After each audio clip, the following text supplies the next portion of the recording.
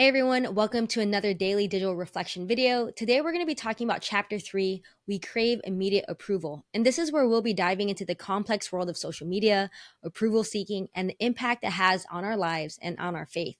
So let's start with the story about Asenna O'Neill, a 19-year-old Australian model who amassed 500,000 followers back in the day. Remember that this book was written in 2017, so this was a big deal around the time that Instagram was still growing. So despite her success, Asenna decided to quit social media, deleting most of her pictures and revising the remaining ones to reveal the truth behind them, which was mostly sponsored product placements. Of course, now we live in a world where we're pretty used to that, but she was one of the first to experience these sponsorships and brand partnerships, and was being honest about those posts and how her life was really being fabricated to some extent. And so to be fully transparent with all of you, when it comes to addiction, again, this is something that's revealing itself as I'm creating this mini course for all of you. But there was a time when it was around this time actually when this book came out, 2017. I was on social media a lot because I was in the process of creating a multimedia platform back in my hometown of Phoenix, Arizona. And so I was on social media a lot because I was reaching out, building community, posting content, doing the whole thing. And so it really accelerated my addictions because I had to be on it a lot more often. And so, one thing led to another. And eventually I ended up moving to Tucson, which is 2 hours south of Phoenix. And I remember that lasting feeling of that addiction, right? Like, I remember feeling like if I don't post, I'm going to be insignificant. And I remember, in full transparency, like one of my biggest fears at the time was being forgotten, like so much so that I have a username that had the word unforgettable in it, because that was my biggest fear, was feeling unseen, unheard, and unloved. And so me moving to Tucson only put a spotlight on that fear. And so during that time, when I was there for 2 years. Probably in the first half, I saw myself still trying to keep up with the pace of me posting. But of course, me not being in the city that I was engaged with, hard to post. And so I found myself creating other pieces of content that I just remember like just posting to get the validation, So again, this was the time where it really put a spotlight on my insecurities. And so this was also the time where, people would call it like the dark night of the soul. And I may have mentioned it in previous videos, but eventually what stood out to me to make a change was that if I'm not using this for business, like if I'm not using Instagram as a marketing channel, then I don't have any business being on it. I had the honest question with myself as to like, why am I marketing my life?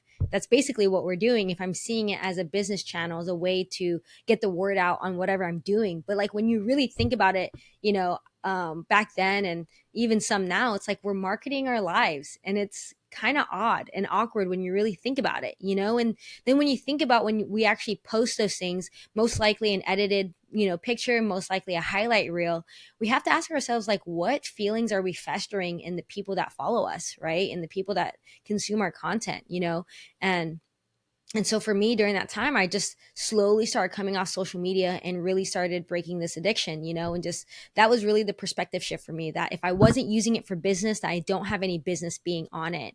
And so, now I'm at a point in my life, this is back in 2017, right? And I mean, it wasn't perfect. And I was there from 2018 to 2020. I was, I guess what people say, like, just went ghost, and I just went, wasn't on social media as much. And then the pandemic happened. We moved to San Diego, and I've my Instagram got hacked. My Instagram got hacked of all of the people that I knew in Phoenix. And it was a blessing in disguise. It was a blessing in disguise because I then was not connected to all these people that once knew me and had these stories about me, and the stories I had of myself, and the way I showed up then and the way I wanted to show up now. And so, of course, it was pretty disgruntling when it was happening. But, if you go to my social media now, it's still even low key.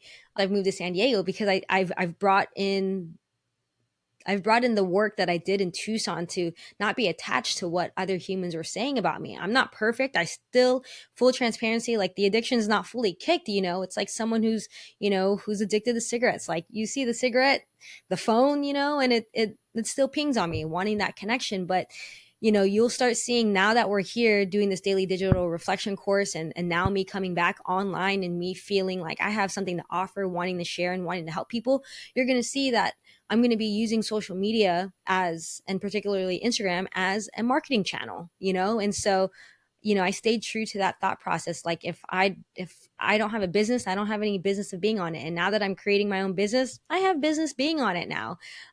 But yeah, I just wanted to share that with all of you, that that was the point of me breaking from these addictions. And again, like, this past reality is just coming up as I'm sharing this with all of you. So I just want you to know that, as much as I want you all to come on here and have an honest conversation with yourself, it's also about doing the work too, and I just want to share with you, what I've gone through, and how I can support you all in that journey, so that we can also start breaking these addictions together. So let's continue on with the summary of chapter 3. So Asena's story highlights a crucial point. The pursuit of online fame often leads to a hollow, fake, and self-centered existence.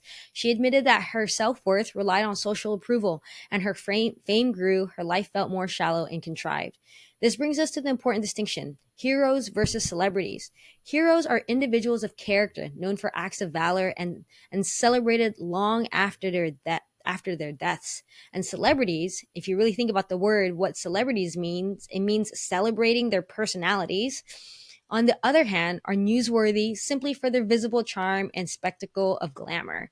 And so, even in the book, in that particular chapter, it talks about, like, to become a hero, you need a lot of time. You know what I mean? And to become a celebrity, you don't need a lot of time. You just need a moment. Let's be real, with the way that social media has been, at this point, it's almost like doesn't even matter how much time you've put in. Like, when you think about people like Whitney Houston or Michael Jackson, and their passing, and obviously so many other people, like, because of where we're at and our attention span is at, it's now like that felt missingness, that felt presence in the social media world maybe lasts a week, 2 weeks, maybe a year, and if we're so lucky, now when you think back to heroes in the past, when we think about our Martin Luther Kings, when we think about our Gandhis and our Mother Teresas, like, thankfully they've been remembered for a couple generations, but like, we have to really think about ourselves now in the world that we live in today as humans. Like, what we're doing, are we even going to be remembered, at this point? Like, we're lucky if we're remembered for a generation, but there are people who are passing away who've put their whole life into their art and their craft and have contributed back to the world. Like, even Steve Jobs, like, yeah, I'm currently using his products still, you know what I mean? But we don't mourn people the way that we used to mourn people. Like,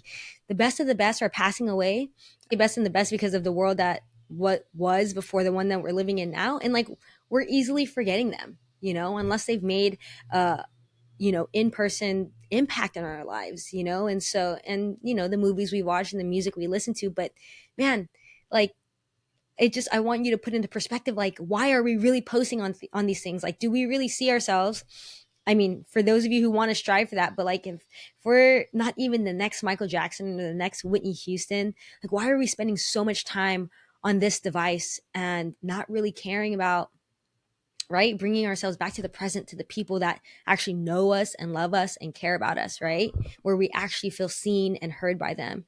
So in our digital age, we've become obsessed with image management and self-replication. We crave immediate approval, constantly seeking likes, views, and followers across social media platforms. This desire for attention and validation can lead us down a dangerous path, much like Jasmine, who found herself drowning in credit card debt to maintain her Instagram image.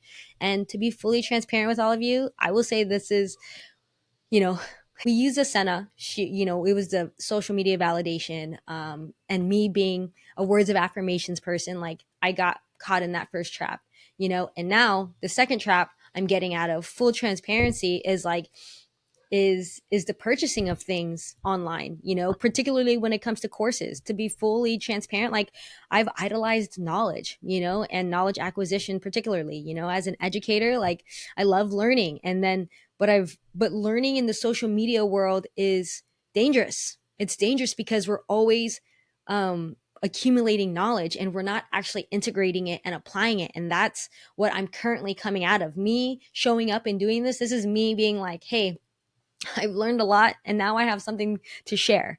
So let's continue. So now let's consider how this impacts our faith and church. And just remember that church is not what we think it is. It's not the four walls, it's not a building. Church is actually a body of people. We go to church now. The way that people go to church now is sports games and concerts, basically any gathering. So just because you're not gathering on Sunday and, practicing some rhythms to a certain faith, that doesn't mean you're still not going to church to some extent. So just to give you a perspective shift on that as we continue to go through this book. So many Christians and many people skillfully use social media to build relationships, but some of us rely more on online connections rather than face-to-face interactions.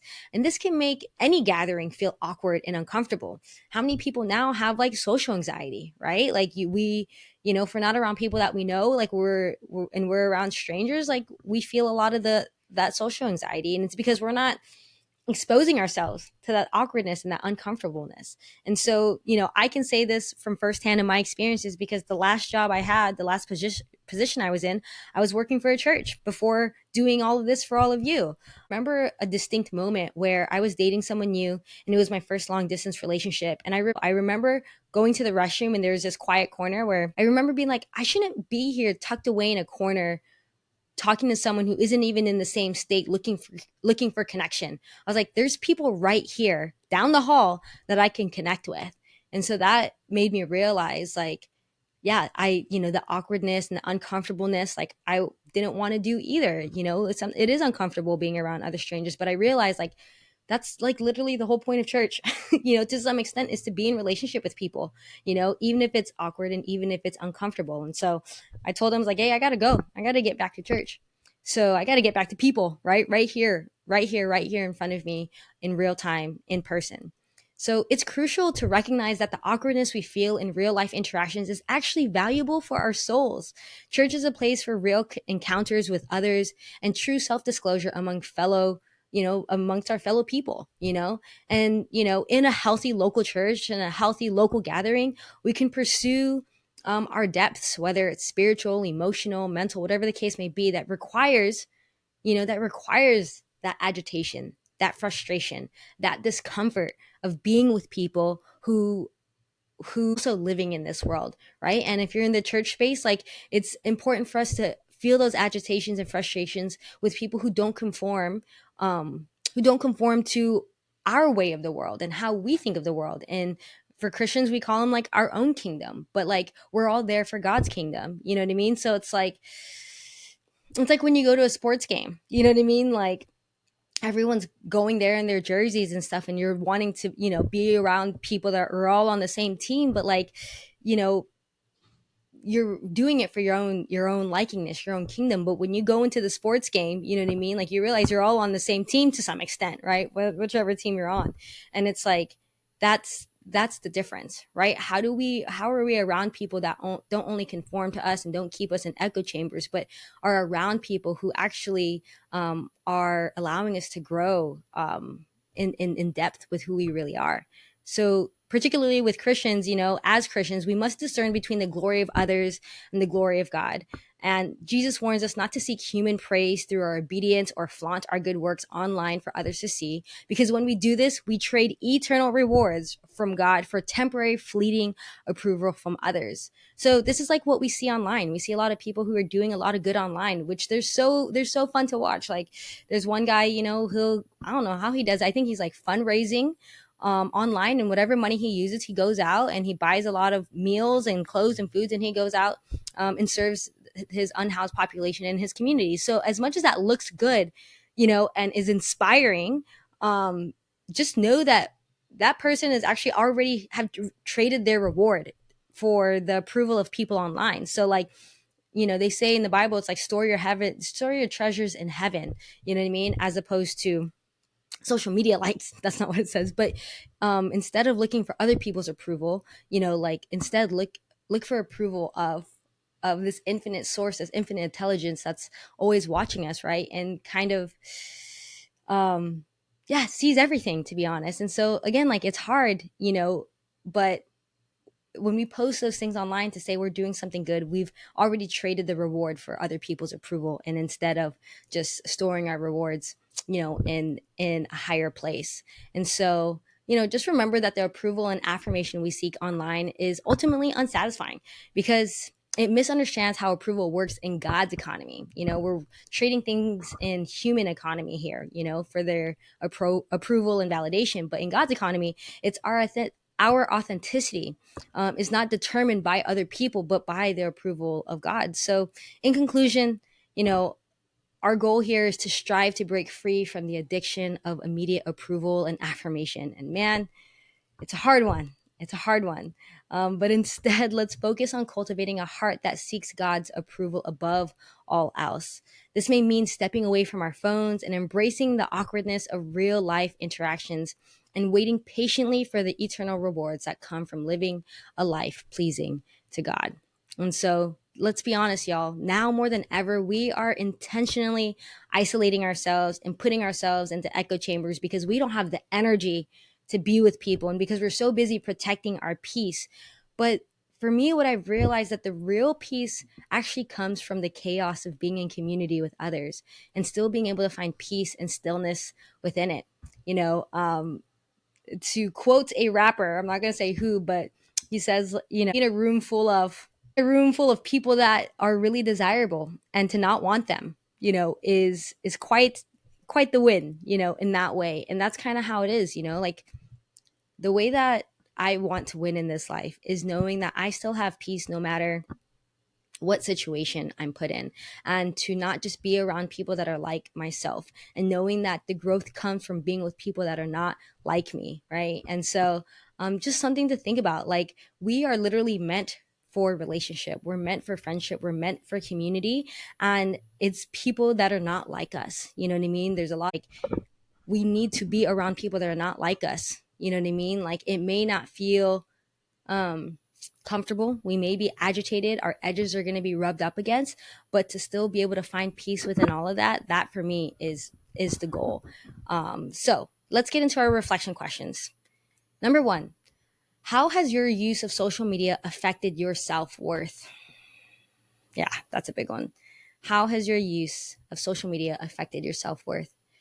Number two: in what ways can you shift your focus from seeking online approval to seeking God's approval in your daily life, or just approval of infinite source, infinite spirit, the universe, whatever you want to call it?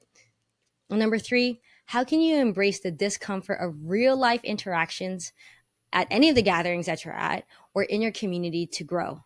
So, like, that's a big one, like, how can we put ourselves in other places and spaces that are not just like our own? And how can we allow that discomfort to allow us to grow? So, again, make sure to take a moment to pause this video, go to your quiet place, and to reflect and really answer these questions before clicking on to the next video. Again, if you're already here and you're still here, I applaud you. So keep going. Just know that you're uncovering a lot of stuff that isn't talked about often, unfortunately, in our families and in our community. So you being here and you doing this work is going to be so valuable for you in the end. So I applaud you for that. But after you're done, of course, reflecting on that, make sure that if you want to receive any updates regarding this course and other courses in the future, to join my newsletter at connectwithkshort.com/newsletter. And just again, remember that this is a prerequisite to any of my other courses, but primarily for my new daily digital decluttering 101 course. So if you're ready to tackle your daily digital declutter and you want to consider actually joining my paid course, the Daily Digital Declutter 101, where I show you my methods on how I maintain my digital life, and where I'll be hosting virtual co-working sessions for you to declutter your own life. So weekly, I'll be holding sessions for you to get through your text messages, get through your emails, get through your notifications, and getting you down to a place that you feel comfortable with, that you can maintain. And I'll start sharing with you my system on how I maintain that, over time. And so we'll get to do it together. I'm just like you, as an educator and a creative, like, my trash can gets piled up, my pictures get piled up, but because of my system where I'm constantly flushing it out, that I always feel like I'm in control of my daily digital declutter. And so if that's something that you're interested in, consider joining my paid course. We are filming back in downtown San Diego. So I apologize for the sounds in the background. Eventually I'll be moving to a much quieter place. But yeah, so you want exclusive content, make sure to follow me on YouTube at Connect with K Short. If you want to follow me on Instagram, you can follow me at K.Short. And then if you want to follow me on LinkedIn, you can by searching my name, Kathleen Short. But if you want to just look for all of that, you could just go to my website at connectwithkshort.com. And so again, make sure to share this mini course with those that you love and people you care about and whose presence is a present in your life so that we can start sharing our time together again. So thank you so much for joining me in today's daily digital reflection. May we strive to find our worth and approval in God rather than the fleeting validation of this digital world. All right, y'all. I'll see you in the next video. Bye now.